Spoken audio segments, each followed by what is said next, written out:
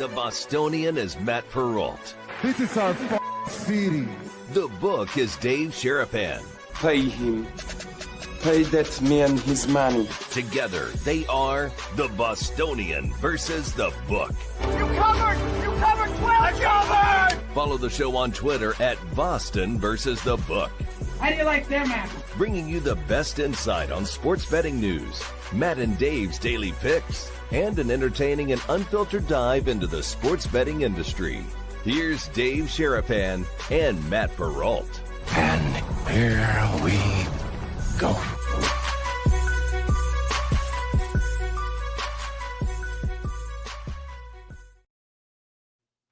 What's up, guys? How are you? Welcome into a Tuesday episode of the Bostonian versus the book. My name is Matt Perrault. You guys can follow us on our socials at Boston versus the book on Twitter and X, whatever you want to call that thing now.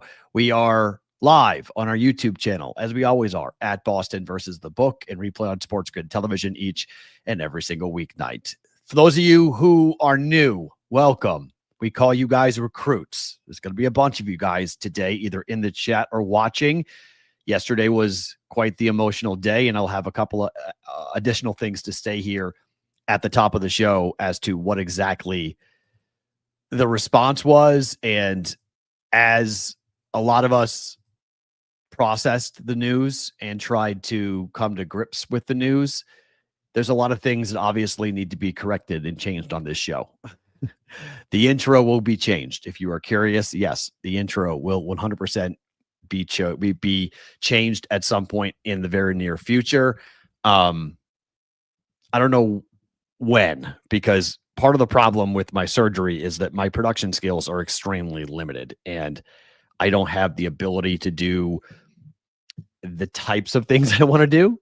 I don't have the ability to give, everything takes twice as long. Like I make dumb mistakes. Like there's breaking news, and I put up this breaking news thing, and I always have it ready to go. And unfortunately, I went ahead and grabbed I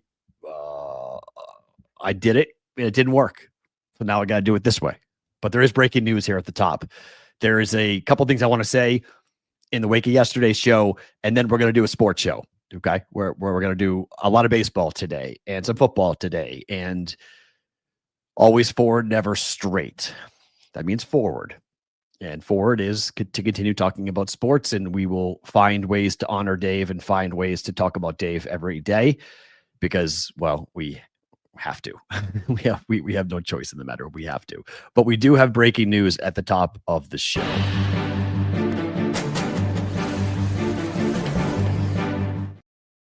All right, there's actually two things. This broke just a second ago as well, but this is the main one. Oklahoma State has fired Mike Gundy. He is out as the head coach. The guy who authored maybe the most quotable press conference in the history of college football, "Come after me. I'm a man. I'm 40. When I turned 40, everybody sent me that. I remember being in Omaha, Nebraska, and having that conversation about I'm a man. I'm 40. Mike Gundy now, after a really rough start, a complete disaster for Oklahoma State football in terms of what this year has looked like. And he came into the year knowing that he was most likely going to be fired if things did not go well at Oklahoma State. But that is a very proud football program that is not happy with their current state. And so they are making the change. Mike Gundy is out. The other breaking news here at the top of the show is the fact that the Giants are making the change. The Giants are going to start Jackson Dart against the Chargers this weekend, and I cannot believe that they are going to do this with this part of the schedule on tap for Jackson Dart. The quarterback for Ole Miss is going to face a really tough defense. He's going to face a really good head coach on the other side who loves to feast on rookies. And then he goes on the road to the Saints. And I think that's the only reason why they're doing it now is because they think they can win the game against the Saints. And so in order to get that W, they don't want his first start to be on the road. So Jackson Dart's going to be the starting quarterback now against the Chargers. And then it's the Eagles at the Broncos, at the Eagles, and the home game against the 49ers. Good luck, Jackson Dart. Maybe the Giants beat the Saints. And that's a maybe. If they do, there's one win, but that's the only win over the next 5 games that I think Jackson Dart and this Giants team will win.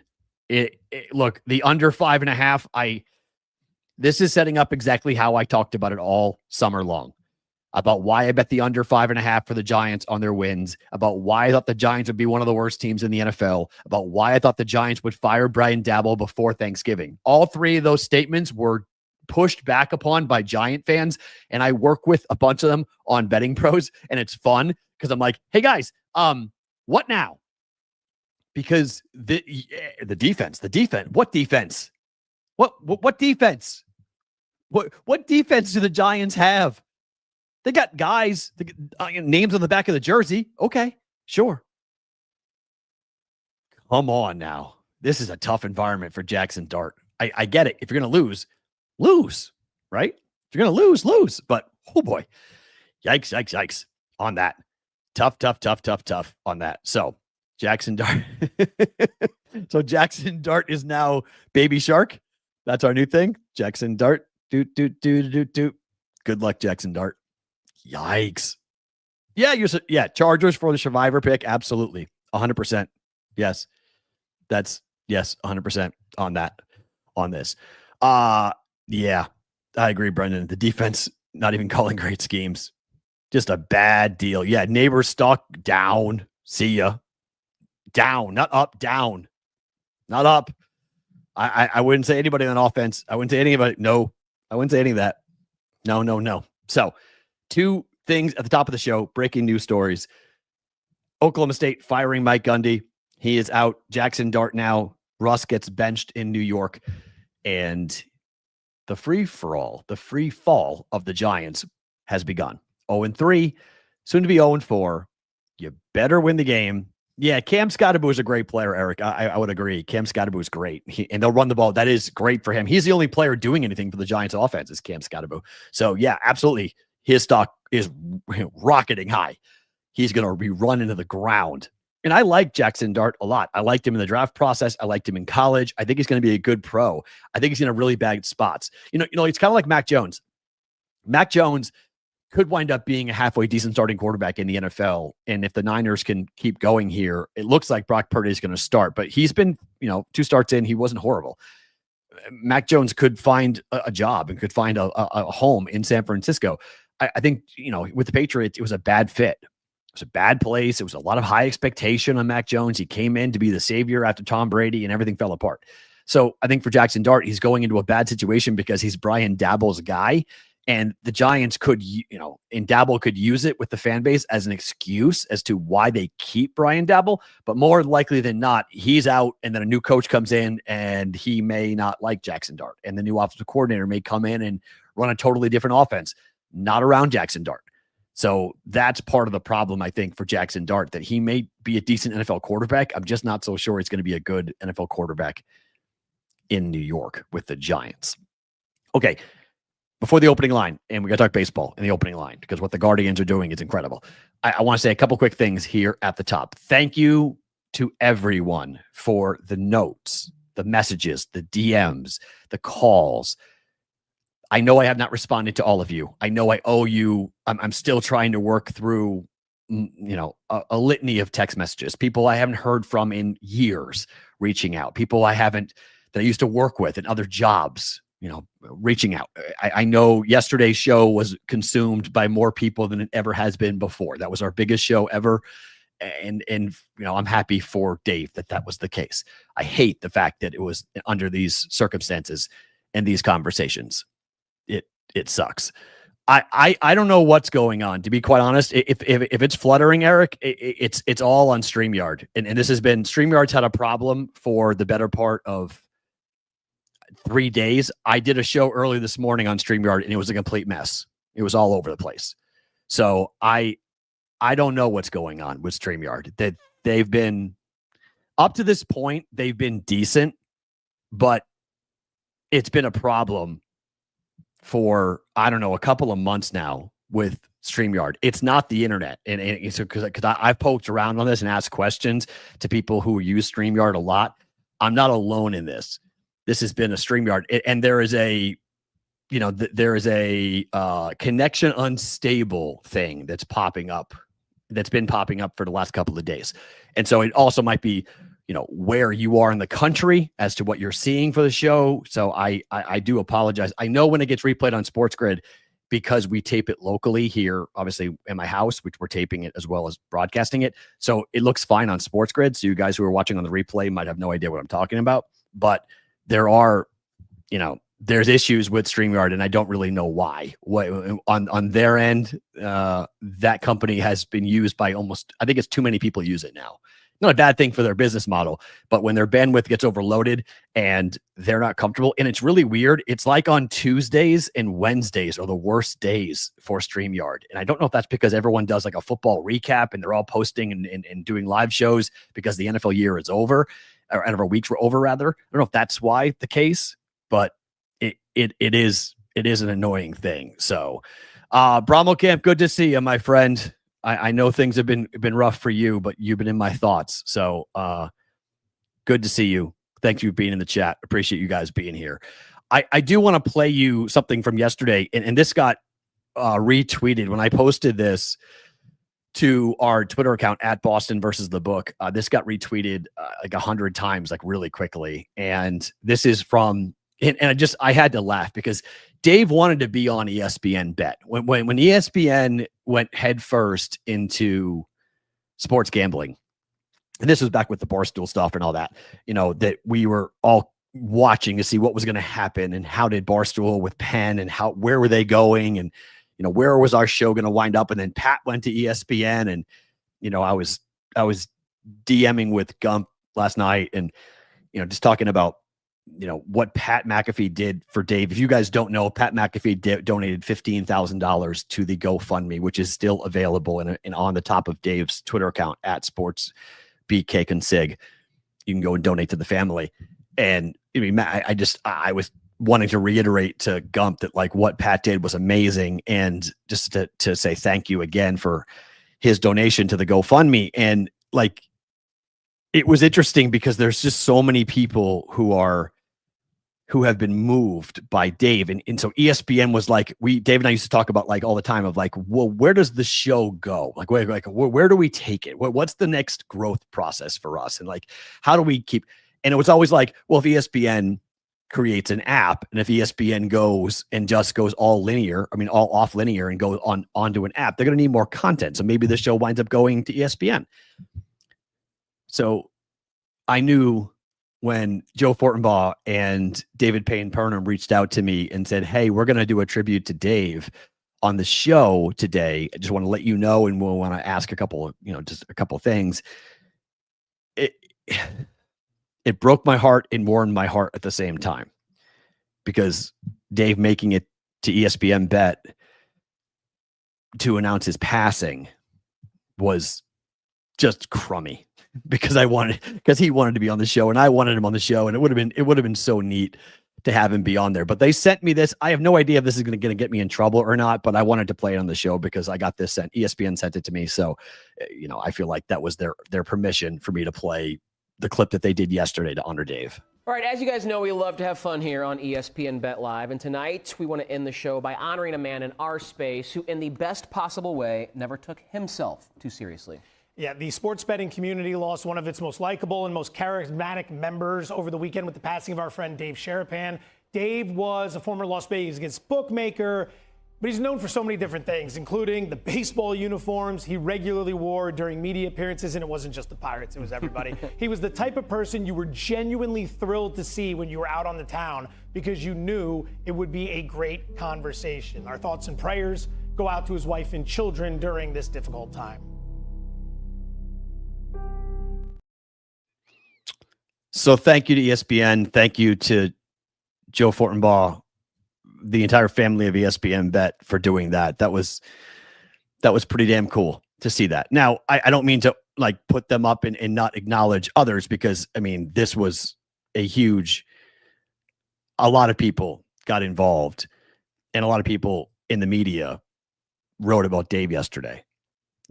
from Barrett Sports Media to Yahoo Sports to Gambling 911 to Wager Talk to the number of people like Matthew Berry, people at ESPN, Stanford Steve, who all went to post something about Dave yesterday and commenting about his personality or his knowledge or what he brought to the sports gambling community or what he was like to be around. The number of shows. MLB Network did a tremendous tribute to Dave and did a tremendous job of honoring him and talking baseball with him and what he meant. Dave loved to be on MLB Network. Of all the jobs he did, and I think I could speak for Dave when I say this, is that the Brigade brought him a ton of joy. He loved the interaction with you guys. He loved the fact that he got to know you guys in a very intimate way.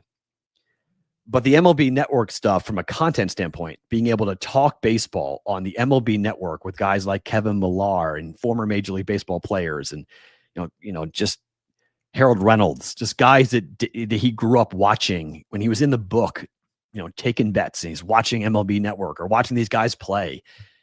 You got a chance to go and be their coworkers and work alongside them. Like, that was a huge deal for him. It was a huge deal for Dave to have that. So big thank you to everyone that took time out, either with your print, your page, your website, your video, your audio, your Twitter account, whatever it might be.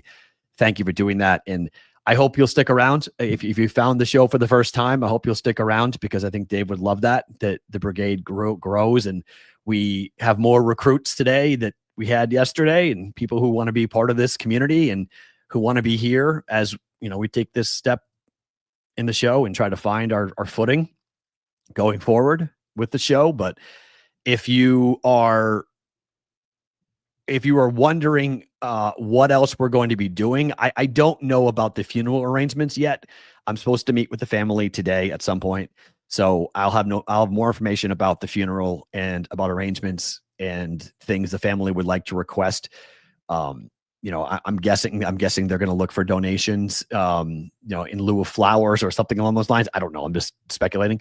But I'll know more tomorrow. Okay. Also on Thursday, if you guys are interested, if you do want to talk and tell stories, if you have not had a chance to hear some of the stories that we've been telling about Dave, on our Discord channel on Thursday night at 8 p.m. And as of right now, I'm pretty confident that Jessica and the girls are going to be with us for that chat. So barring a change of schedule, I know Kylie and Kelsey have both vocalized that they want to be part of this conversation. And I think it could be incredibly helpful for them to hear the stories about their dad and how he touched so many of us and so many of you guys in the audience. So if you want to join our Discord channel, it's really easy. And the easiest way to do it is just to go to thebvbshow.com. And on the front page, there's a link to click on it and you can go. There's already a, SoCal DGen has already made a calendar scheduling of the Discord chat. You can just click on the reminder and it would, I think it's going to go to your phone and it will remind you that the chat is going to start. So we did an hour and a half on Sunday night. I don't know how long we'll go on Thursday night, but we'll watch the game together. We'll tell stories. I talked way too much on the first one. I'm hopefully going to talk a lot less on the second one. It's going to be a lot more for you guys to talk. So we're doing that on Thursday night. That's in 2 days at 8 p.m. Eastern time, 5 p.m. Pacific time, to remember Dave, to get together on our Discord channel, thebvbshow.com, to be a part of it. And I hope you guys come on in. I hope you guys be a part of it, tell stories. I think it would be incredible to hear from as many people as possible, like as many people as possible, to be a part of that conversation, because thank you, TPRU. I was really excited when I was looking in the chat yesterday and Jessica was texting me during the show, Dave's wife, and his daughters were in the chat. And that was really cool. So I did my, dominating the mic like I always do. But Thursday will not be that. I'm going to be the moderator, but I hope to hear a lot more from you guys and putting you guys into a spot where you can tell the stories and you can talk to each other about Dave. So again, Thursday night, 8 p.m. Eastern time on our Discord channel. To get there, it's a free Discord, thebvbshow.com. I don't believe it's going to be taped, but we're looking into that if we can tape it. We didn't tape the one on Sunday. I know people were asking about the ability, was there any audio? I didn't even think to tape it. I could have taped it, I guess, on my computer. I think I can tape it on my computer, but I think I can only tape it locally. I don't think I can tape anybody else talking. I think I need to just tape me, but I'm looking into that. So if anybody has any idea on how to tape Discord chats, let me know, audio or video. So, cause we'll tape it for you guys coming up on Thursday, but if not, hopefully you guys live 8 p.m. Eastern time, 5 p.m. Pacific time for us. Let's get into some baseball. Dave loved talking baseball, and boy, oh boy, do we got a game tonight.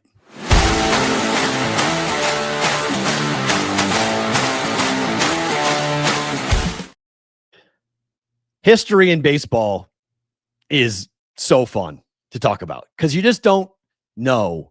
We love sports because we don't know every day. We could see something we've never seen before. But this is like a glacier type movement here. The Cleveland Guardians are potentially going to set and make history for the greatest come from behind divisional race in the history of baseball.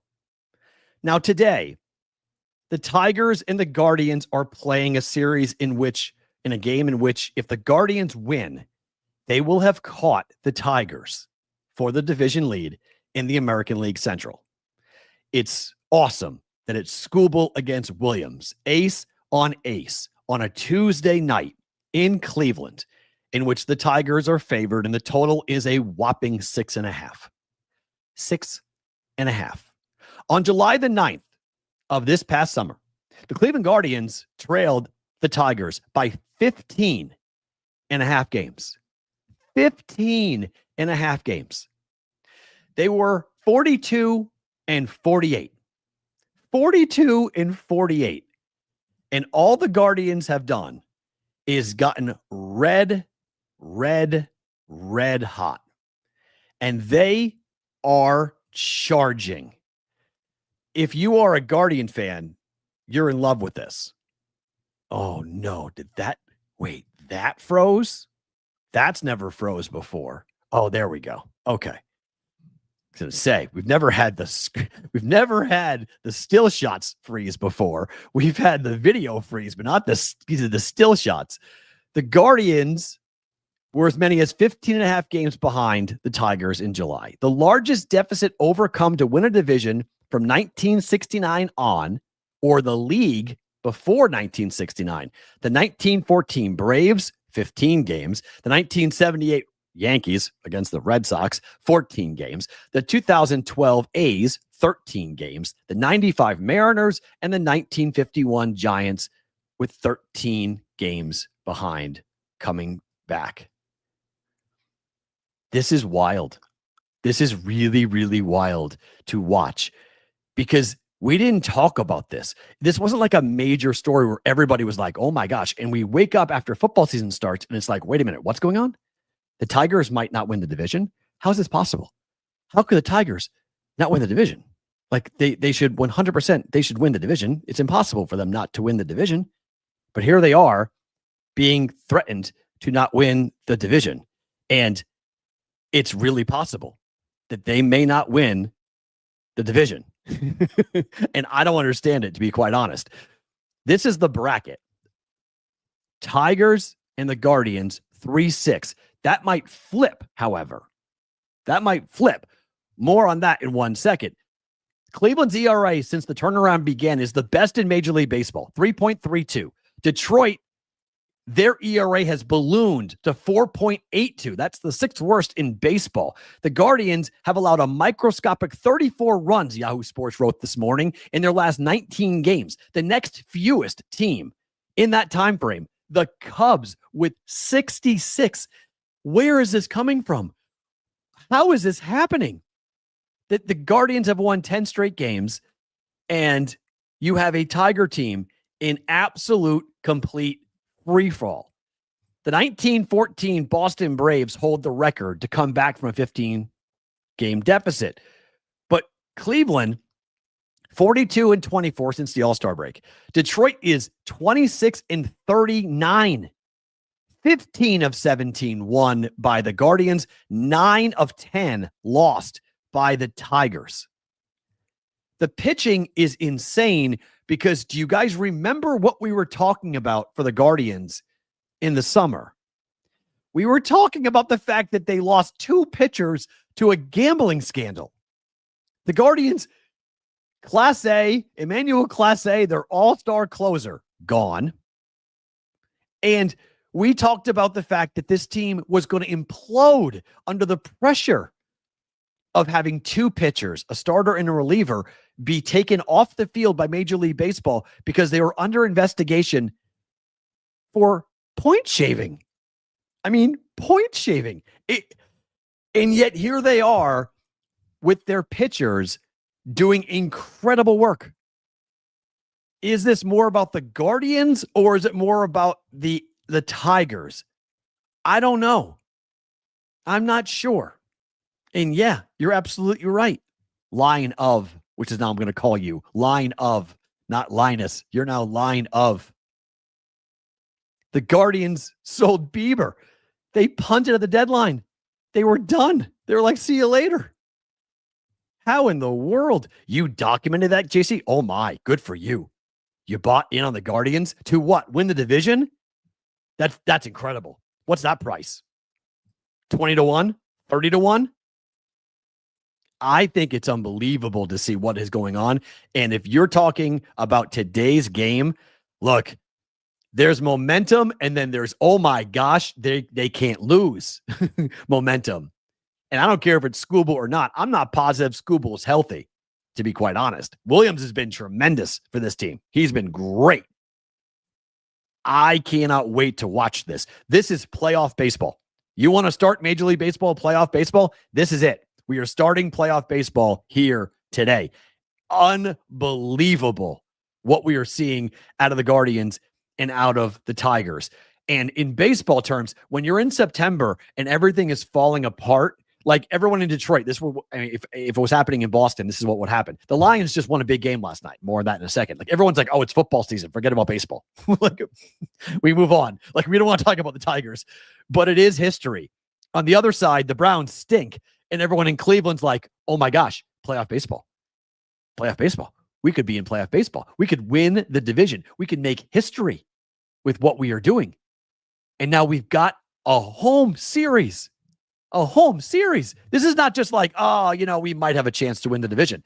No, you have a legitimate shot. Like you should, in a lot of ways, given how hot they are, you should win the division because you got 4 games coming up here against the Tigers in your building, or 3 games, 3 games against the Tigers in your building. Tuesday, Wednesday, Thursday. Then you play Texas, who is still alive, kind of, but Texas for 3 games to end the regular season. 6 games. The Tigers are on the road to take on the Guardians, and then they end the year against my Red Sox. And all of a sudden, Boston needs to win those games. And Detroit might need to win those games. Fenway Park ticket, good luck. That's going to be a really hard ticket to grab a hold this weekend. Where do you want to be this weekend? Fenway Park. Because that is a playoff series between Detroit and Boston coming up on Friday, Saturday, and Sunday. Today, take the plus money. I take the Guardians. Until they fall apart, take the Guardians. JC from Casey. Plus 520, over 80 wins was plus 102. Winning the division was not in your crystal ball. Okay. Because if you had bet that would have been cool. Like if you had bet that, I would have been like, yeah, that's pretty darn cool.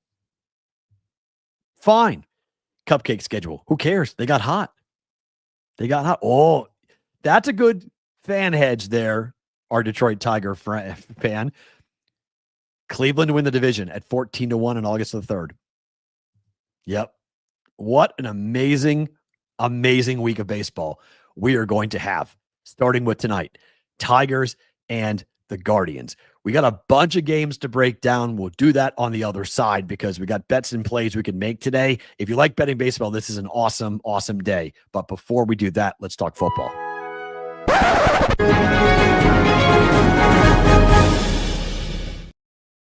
So in the total swinging of the emotional pendulum for people in Detroit, your baseball team's falling apart, and then your Lions looked amazing last night, beating the Ravens 38-30 on Monday Night Football. For those of us who were on the team total over 29.5 for the Ravens last night, that late touchdown, thank you, because that looked like that was dead.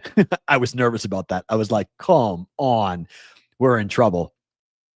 But we ended up cashing that ticket. I should have teased the Lions up. I was going back and forth of taking the number from 6 down or going from 6 up to 12 for the Lions. I was really close to doing it, but I was concerned about Jared Goff outdoors, and I thought they would be playing from behind, and I thought the Lions defense, which had just given up a ton of yards and had not looked great at certain points in times this year, that the Ravens were going to be able to move the ball at will. The Ravens did move the football, but I think one of the most incredible things about the game last night was the fact that the Lions ran the ball through the A gap and the B gap at will. When was the last time you saw a defensive line for the Baltimore Ravens be pushed around like that?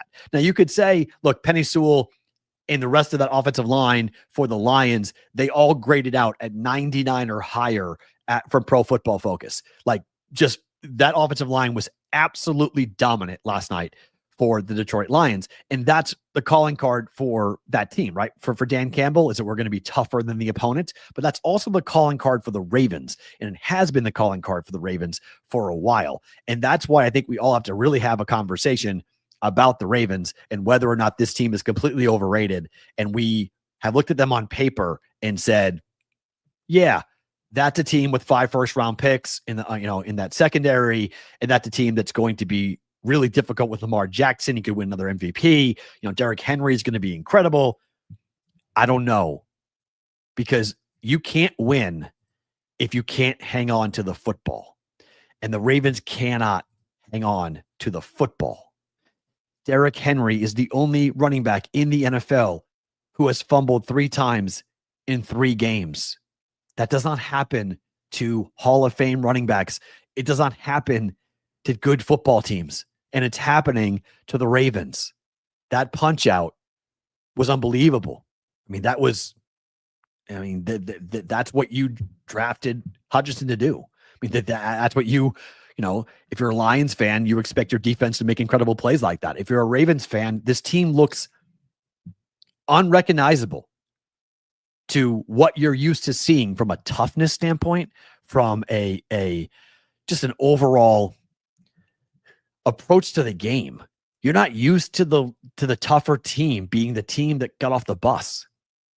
The Lions were the tougher team last night. The Lions were the stronger team last night.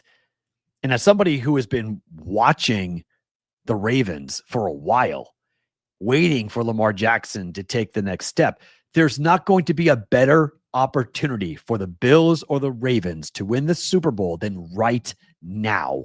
The Ravens play the Chiefs this coming weekend. If the Chargers win, which I think that they're going to this coming weekend, the Chargers are facing the Giants and Jackson Dart. The Chargers are going to be 4-0. The Chiefs could be 1-3. That division is gone. It's over. If a 4-0 Chargers team and it's a 1-3 Chief team, see you later. Bye-bye. They have to go through the wild card round. Can they still win the Super Bowl? Sure, they can be a wild card team, but playing at Arrowhead, look, home playoff games, it's why you play the whole year, is to have a playoff game at your place. So if you're a Bills fan, if you're a Ravens fan, you're going, this is our year. This is our chance. The door is open. We have to be able to walk through it.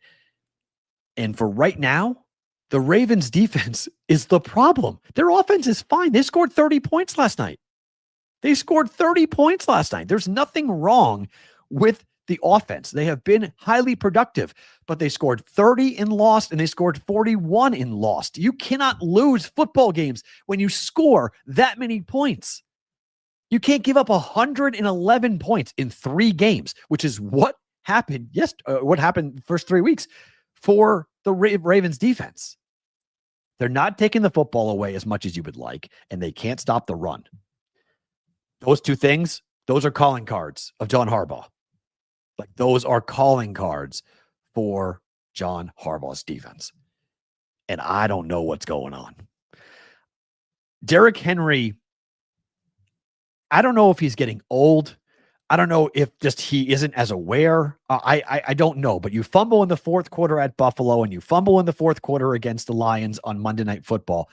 And you have to be concerned if you're a Raven fan and a Ravens coach, for frankly, can you give the ball to Derrick Henry when the game's on the line? Because of right now, that look on his face, he was bewildered. Like, he didn't know what to do. The cameras caught him slamming his helmet down on the little heater thing, and he went tumbling like an old lady.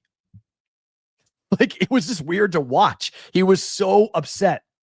He was so angry and so mad at himself and so frustrated. He couldn't believe what he had done. This is a prideful guy. This is, top 3 running back in the game, who now you have to ask, can you trust him to stop fumbling? Can you trust him when the game's on the line? Right now, the Ravens are not a Super Bowl contender in my mind. Right now, Ravens aren't a team I would be looking to back right now until they fix their defense and fix Derrick Henry. Now, we got a long season. Okay, we played 3 games. We got a long, long way to go. Okay, they got 14 games left. They could go 14-3 still. Will they? No, but they could, right? Or they go, yeah, they could, win 13 more games. But given the makeup of the AFC West, and given what the Broncos and the Chargers are looking like, and the fact that you have to assume that the Chiefs are going to be a formidable opponent, even if they're not going to win the AFC, it's still Patrick Mahomes. And they're going to get their receivers back. They're going to get Rice back. They're going to get Worthy back. They're going to get healthy. And the defense is still the defense. So the Chiefs are still going to be in the conversation. I would be very concerned. If I'm a Ravens fan, I'd be very concerned about what this team currently looks like and how this team got off to a very rocky start. On the flip side, from a Lions perspective, this is what you were hoping to see. A bounce back. You lose to the Packers in week number 1. You go and dismantle the Bears in week number 2, and then you go and make play after play after play on the road against Baltimore and announce that, look, that game against the Packers was an anomaly. We're 2-1, and we are one of the best teams in this entire league. Forget about the fact that we lost Ben Johnson. Forget about the fact that we lost Aaron Glenn. It doesn't matter. We're going to be here. When it's all said and done, we're going to have a say into who gets to San Francisco for the Super Bowl. Huge win for Dan Campbell. Huge win for that Lions team, and a big, big boost. 2 ships going in very different directions in my mind at the moment with that win last night. Lions stock rising, Ravens stock falling apart, going down. Oh, look at the line. Look at the Lions fan. Ben who? Come off of it. I will give you this. That was a tricky double option play at the goal line to Gibbs last night. That was Ben Johnson-esque. That was a thing of beauty to watch that thing. That was one of the more innovative plays. I love when teams are innovative like that and show us new plays and new options and new wrinkles to their offenses. That was cool. That was really, really cool. Yeah, look, the Packers losing to the Browns killed 2 survivor entries for me. It killed my teaser. It was embarrassing. I mean, that pass that Jordan Love threw to be intercepted can never be thrown. Like, Jordan Love that's why, and people think I'm crazy on this. And I've been obviously very high on the Cowboys, but I'm not saying that's a slam dunk W for the Packers to go to Dallas and win that game this coming weekend. Dallas is desperate. Like, I know you could say, well, that defense is so bad, Matt. It is so bad. But I wouldn't be running to the window to lay 7 or 7.5 points with the Packers against the Cowboys. And I don't care that CeeDee Lamb is out with the ankle injury. That's going to be a ferocious environment and the Packers have to go in there. And we know what Matt LaFleur and the Packers have done in the past. Weeks 1, 2, and 3, you bet on the Packers. In weeks 4, 5, and 6, you fade the Packers. So maybe they win, but I don't think they cover against the Cowboys. I really don't think so. So was there. Yeah, sorry if I'm blurry. I don't know why I'm blurry. I'm not blurry on my end. So I don't know why or what the issue is going on. So I apologize if we're having technical difficulties. I do apologize. I have no clue. It's StreamYard. It's on their end versus on my end. So I do apologize. You can probably wait and come back if you want. If it's really bad, you can wait and come back because I'm assuming on YouTube it'll be better after the fact. And then if not on Sports Grid, it should be fine because it will have the actual file being played on Sports Grid. So it should be clear or clearer on Sports Grid. All right, let's talk about the baseball playoffs for a little bit. So this is the bracket as of today. As we start play today, the last full week of the regular season, here is your bracket. In the AL West, the Mariners are coming off of a sweep of the Astros. They have a 3-game lead as they're trying to win their first division since 2001. I cannot believe the Astros choked that thing away. Speaking of collapses, both the West and the Central, both massive collapses. The Blue Jays lead the Yankees 2 games as they have clinched a playoff berth, but they play Boston tonight, starting a 3-game series against the Red Sox. First division title since 2015 on the line for the Blue Jays, who lead it by 2 games. So their magic number is getting smaller, but it's still not simple. The wild card. So whoever doesn't win the AL East, which is, I would be surprised if the Blue Jays don't win the division. So it's Blue Jays, and then the Yankees will be the number 1 wild card. And the Red Sox are trying to hold off both the Guardians and the Houston Astros to make the postseason, and Boston's up by a game. No guarantee the Red Sox are making the postseason. There's no guarantee that any one of those. It's 3 teams for 2 spots in the American League. Out west, the Dodgers are up by 2 games on the Padres, who clinched a playoff berth last night with a walk-off win against Milwaukee. It would be the 12th division in 13 years for the Dodgers if they do win it. And the wild card, the Cubs, and whoever loses the West, which is probably the Padres. So it's Cubs, Padres, and then the Reds, Mets, and Diamondbacks are all after it here, separated by a game.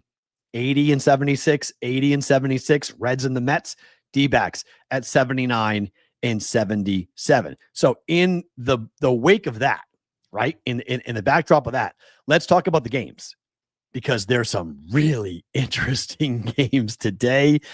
In a lot of ways, the playoffs start, okay, today. Like, and all of the, I'm so excited to see how these teams handle the pressure, because here we go. Pressure. The pressure is real, and the pressure is going to be a problem for certain teams.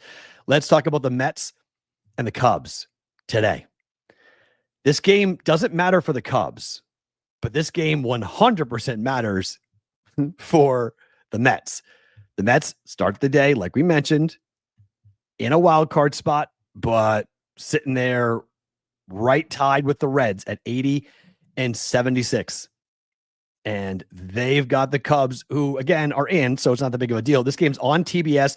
It's David Peterson up against Cade Horton. Cade Horton's been very good. 11-4, 2.66 ERA. The Cubs have won, dating back to the 1st of August. The Cubs have won every game started by Cade Horton except for 2.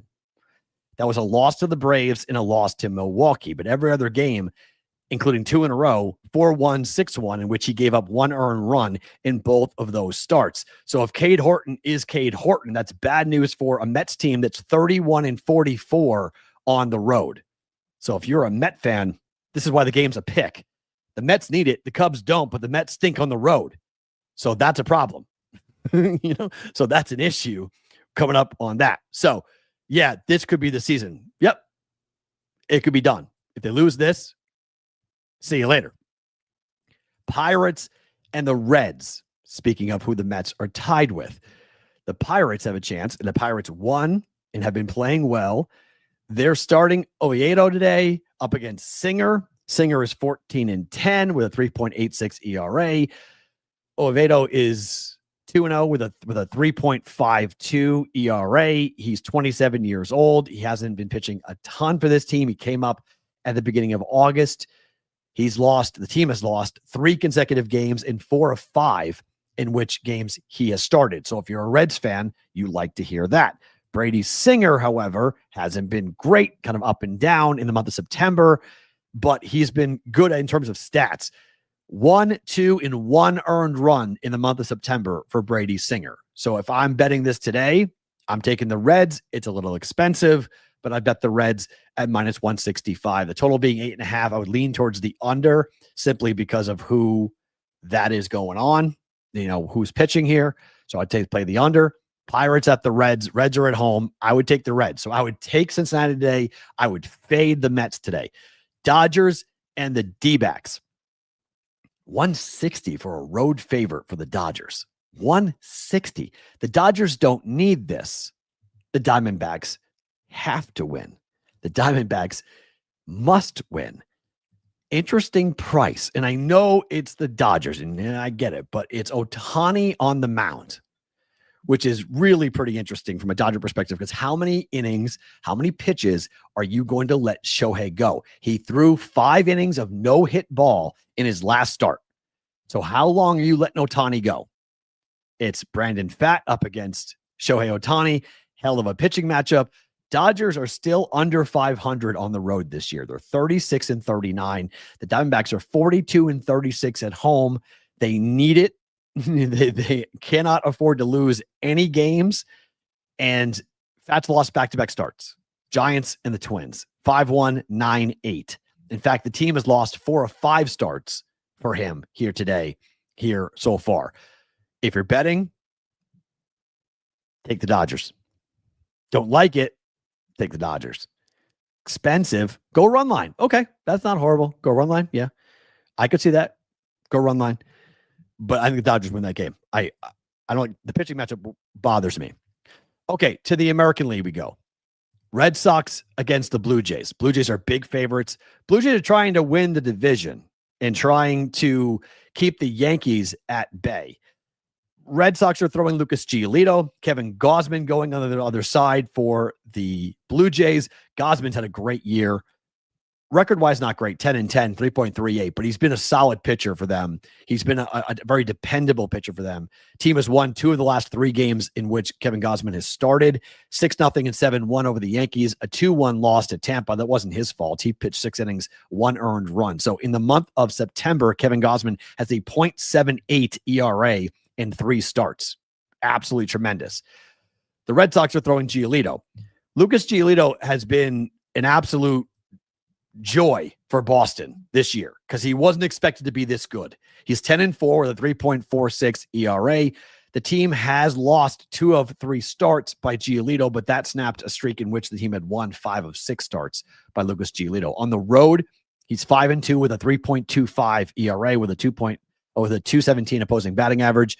11 home runs given up on the road, which is a bit concerning given the Blue Jays and how many runs they score at Rogers Center. And they are a home running hitting team. That's a little bit concerning. I think the over probably is a decent play in this one, but I would take the Blue Jays. Knowing my Red Sox fandom, knowing where I've seen this team, you're asking a very young baseball team to go on the road and win games that they have to win. Boston has lost 6 of 10, and they, according to ESPN, have a 90% chance of making the playoffs. I don't know if I agree with that, given their schedule at Toronto and home for Detroit. Those are right now, those are 2 division leaders. So Boston's not just playing a couple of good teams. Boston is playing, or one good team. Boston's playing 2 good teams who are currently leading the division. I would take the Blue Jays. If I'm looking at this, I'm taking the Blue Jays, and I think the Blue Jays probably wind up winning it, and Boston's going to be scrambling because Cleveland, if they win today, they're tied with Detroit, and now you have another team in the wild card conversation. The Astros are the other team in the wild card conversation with their game against the A's today. The Astros are favored. The total is 10.5. I don't understand this total. I know it's Sacramento. I know it's been a home run, but that was during the summertime. Like, I get it. It's warm in Sacramento today. it's going to be 90. It's not going to be, it's not going to be ridiculous. But 10.5, it's Christian Javier against Jeffrey Springs. I know the bullpens aren't great, and I know the Astros need this. But you look at the way these teams have played this season, there's been a couple of games that have been ridiculous. Like, it was a 15-3 win for the A's back when you saw that, that ridiculous home run fest for what Nick Kurtz hit, hit 4, right, in that game. So you've had certain games where that's how those 15 runs were scored, 13-3 back in June for the Astros. But for the most part, it's been 5-3, 3-1, 6-4, 5-2, 5-1, 7-1. Like that's, we've been well under 10.5 when these teams have played in Sacramento. It's a lot. It's a lot. I don't know. It's not the camera. Did that fix it? Tell me if that fixed it. I don't know if that fixed it or not. I don't know. That's not a bad way to play Boston. 1.5. That's not bad. That's not bad. I wonder why. I don't know. Again, this is not on I see it fine on my end. This is more of a StreamYard issue. Negative. It didn't fix it. Okay. So sorry. Did it freeze when I did that? No, didn't fix it. I don't know. That's really weird. I don't know what's going on. I do apologize for that. To the story that I have been following all summer, and the story that I can't get enough on, that I absolutely think it's truly wild. The American League MVP race. Both guys at FanDuel are minus 115. Both are minus 115. Aaron Judge, Cal Raleigh. At one point in time, Aaron Judge was minus 20,000 to win the American League MVP.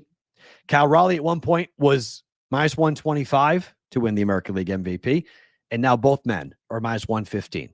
On your screen, you are seeing what Major League Baseball, MLB.com did. They did a straw poll of all voters. And what they came up with was Aaron Judge getting 21 first place votes and Cal Raleigh getting 19 first place votes. Cal Raleigh might hit 60 home runs as a catcher. He would be the 7th player in the history of baseball to hit 60 home runs. He'd be the first catcher ever to hit 60 home runs. If Seattle wins the division, which they're more likely to do, how in the world is Cal Raleigh not the MVP? I don't understand this. Aaron Judge had a great start to his season. And Aaron Judge has been pretty good over the last 14 games. He has 6 home runs. That's amazing, right? Judge is in line to lead the majors in on-base percentage, slugging, and WAR for the 3rd time in 4 years. His .326 average is the best in the big leagues. While he's 6'7", he'd be the tallest batting champion in Major League Baseball history. But the Mariners ran down the Astros. The Mariners from a story perspective, the Mariners from a leaning in perspective. There is no debate in my mind. Cal Raleigh is the definition of most valuable. There are 7 players on the roster for the Yankees who have hit 20 home runs or more. Cal Raleigh is the offense primarily for the Mariners. How is Cal Raleigh as a catcher, a guy who's been the primary catcher for the Mariners, being the MVP? I have no idea how in the world anyone can square this. I don't get it. It's very strange to me. It's very, very strange to me. I don't understand what you could do to say, Aaron Judge is the MVP. You can't convince me. You just can't convince me that is going to be the case. To me, it is all Cal Raleigh to be the MVP. Let's make some bets.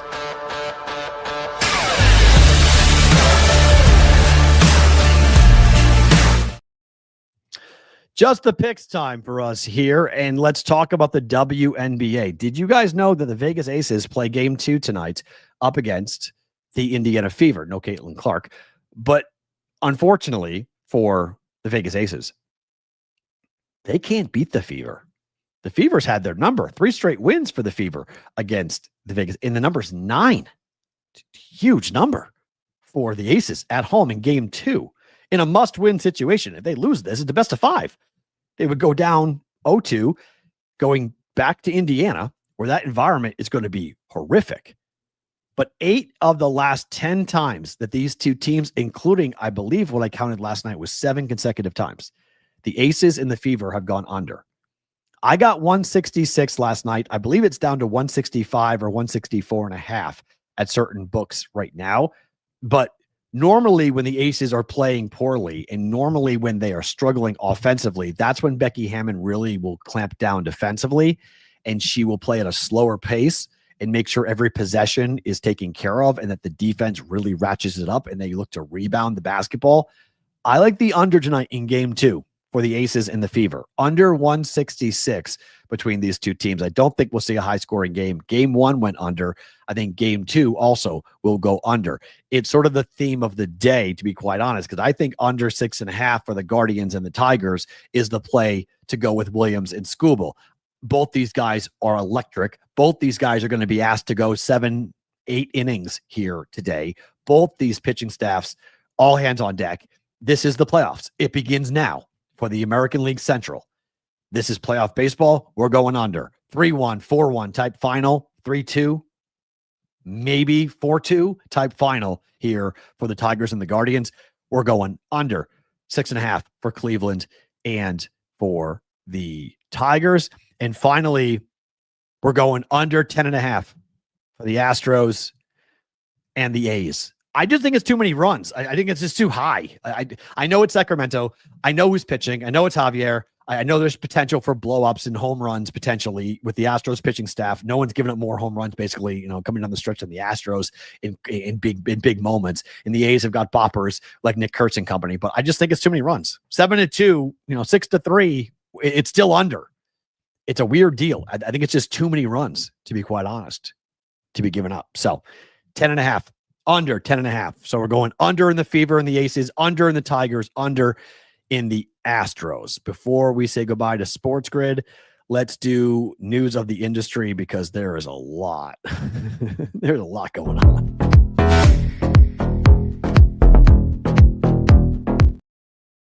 News of the industry. We have followed this story closer than I think most shows. The CFTC chairman situation continues to be one of the most ridiculous situations I've ever covered. And I've talked about this story just being outrageous, and it continues to be absolutely, completely outrageous. So the latest in this situation is that Brian Quintez, Brian Quintez, who was supposed to be the open and shut, easy new commissioner of the CFTC, former head of Kalshi, was going to be very quickly put right into place. Well, something funny happened on the way to his confirmation because they keep on pushing the vote back and back and back. And now there are some real questions about whether or not Brian Quintez will be confirmed as the head of the CFTC.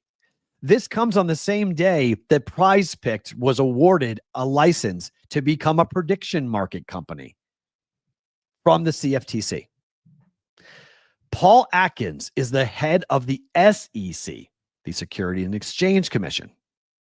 According to Brogan Law, a crypto law newsletter, citing 2 sources that are reporting that the White House is considering Paul Atkins to become not just the head of the SEC, but also the head of the CFTC, which would be an unprecedented move that would put Atkins in charge of basically the entire financial market. Like, that guy would rule everything. There are numerous people that think this is illegal. In fact, the Securities Exchange Act of 1934, which Ingame.com wrote about this morning, that law created the SEC and said that no commissioner shall engage in any other business, vocation, or employment than that of serving as commissioner. Meaning you can't be both. You can't be the head of the CFTC and the head of the SEC. Not allowed. Not allowed. Andrew Kim, who has been on this program, a lawyer who has argued in front of the Supreme Court, and an expert in these prediction market conversations from a law perspective, on Twitter wrote, "This seems unwise. There may be a statutory prohibition on wearing two hats, even if it is legal. You will have people coming out of the woodwork to challenge CFTC actions on this basis. It would gum up the works, even if ultimately unsuccessful, because you would have court cases in front of both, or you would have involvement cases in front of both the CFTC and the SEC. Like, this is insane stuff. This really is one of the most wild stories. And as we're all waiting for Polymarket to become live in America, we're all waiting to see what DraftKings and FanDuel and what they're going to do from a prediction market perspective. Prize Picks, as I said, made the announcement today that they're going to be opening up a prediction marketplace.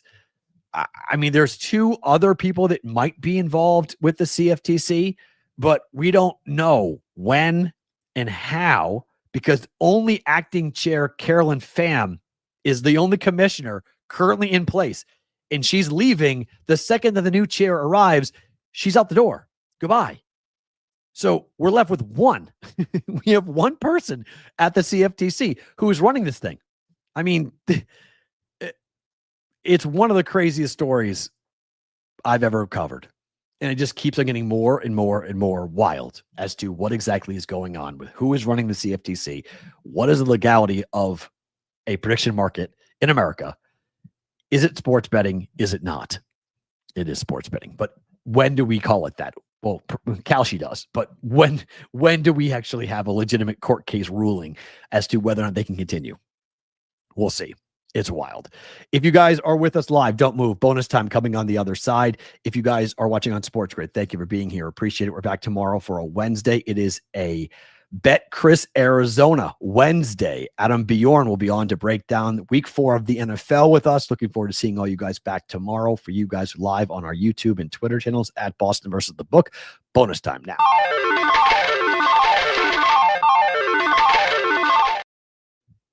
Okay, I apologize. I don't see anything else going on here with this, but I'll go back and watch it today and see what's going on from an image standpoint. I don't know what the oh yeah, we are blurry. Huh.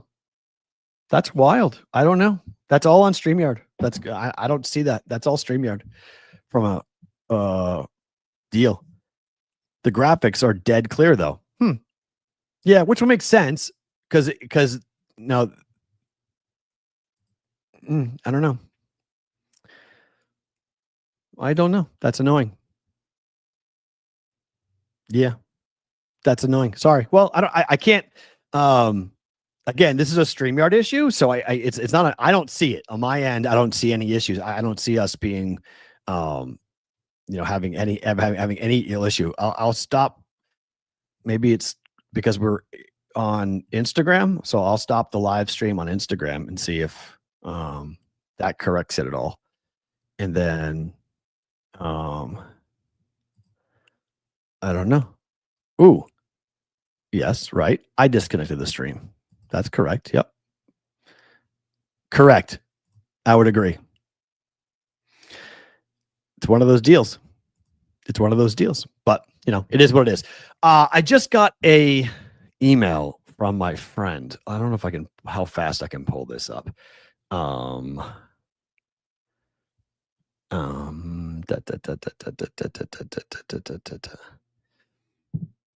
Yeah, we're not going to. We need. Okay, so I'm going to call on you guys for this. So I have a company that's looking to do T-shirts for us, but I just got the first renderings sent over, and it's not there. If anybody has any graphic design experience or T-shirt design, get in touch with me, because I've got a company. I can do these T-shirts. I want to do always forward, never straight, but the renderings I just got, the first specs I just got, are very basic and very boring. And I don't want basic and I don't want boring. So if you have any graphic design experience, if you have any desires of designing T-shirts, go ahead and either get in touch. You guys can email me askthebvb@gmail.com. You can go to the website and connect on that. Let's just go ahead and design a really cool t-shirt and let's get that out. So I've got the guy who's willing to run the store and have the back end for us and ship it out and do all the drop shipping and stuff like that. But I want these shirts to be cool. And I just looked at the renderings and they're very basic. And I don't want basic. I want fun. I want good. I want quality. I want exciting. The t-shirt quality, I've been told the t-shirt is very high quality because I want the best. I am very particular with the t-shirts. Dave was very particular on the hats. I'm very particular on the t-shirts. They need to be comfortable. So hopefully we'll be able to do that. So that's, a call to arms, if you will, if you guys have ever wanted to do that, or ever wanted to be a part of it, let's do that. Let's get involved and let's build this t-shirt and let's build a store and let's go ahead and sell a bunch of these things. Cause, I think it could be really fun. Again, I'm going to find out more information about the funeral later on today from the family. So I'll pass it along to you guys coming up tomorrow. And as I said before, make sure you guys remember, put in your calendar that Thursday night, we're going to do the Discord conversation to remember Dave, thebbbshow.com to come on in with that. So, all right. So I'm going to wrap early because I apologize if we're having technical difficulties. I need to go figure out why. So I do apologize for that, but thank you for being here, guys. This was fun. I do want to do a favorite thing about today though, before I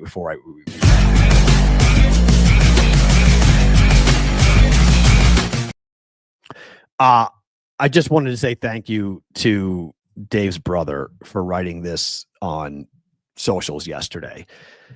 And the fact that the Sherapan family appreciated what we did yesterday meant the world to me.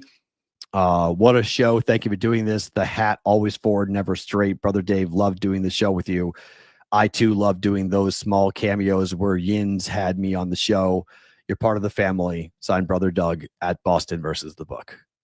That meant the world to me yesterday to see that and to get that, and reading that this morning and just knowing that the family was happy with the show yesterday and happy with what we did yesterday. That was really important to me and really made that was really cool. So I really appreciated both Brother Dan and Brother Doug, both of them. I know his sisters. I don't communicate with his sisters, but that both Dan and Doug both appreciated the show yesterday. Made it was really important. It was really nice. So favorite thing about today is that meant a lot to me. So I really appreciate them writing that. I really appreciate them reaching out. Hopefully we're fixed tomorrow. I apologize for the technical difficulties. We're back tomorrow. It is a Wednesday, a Bet Chris Arizona Wednesday. Adam Bjorn joins us. Full breakdown on week 4 of the NFL betting plays, picks, and targets, where the line move is. Adam gave us some great stuff last week on where the sharp money was coming in. All those teasers that came in. The Packers losing. He was huge deal for them with the Packers losing, from knocking out all the teasers, including a 6-figure teaser that came in on the Packers. Big day for our friends at Bet Chris Arizona and Planetech and Prime. Adam Bjorn joins us tomorrow on the program. We're back at 1:00 Eastern time for a Wednesday's Bostonian versus the Book.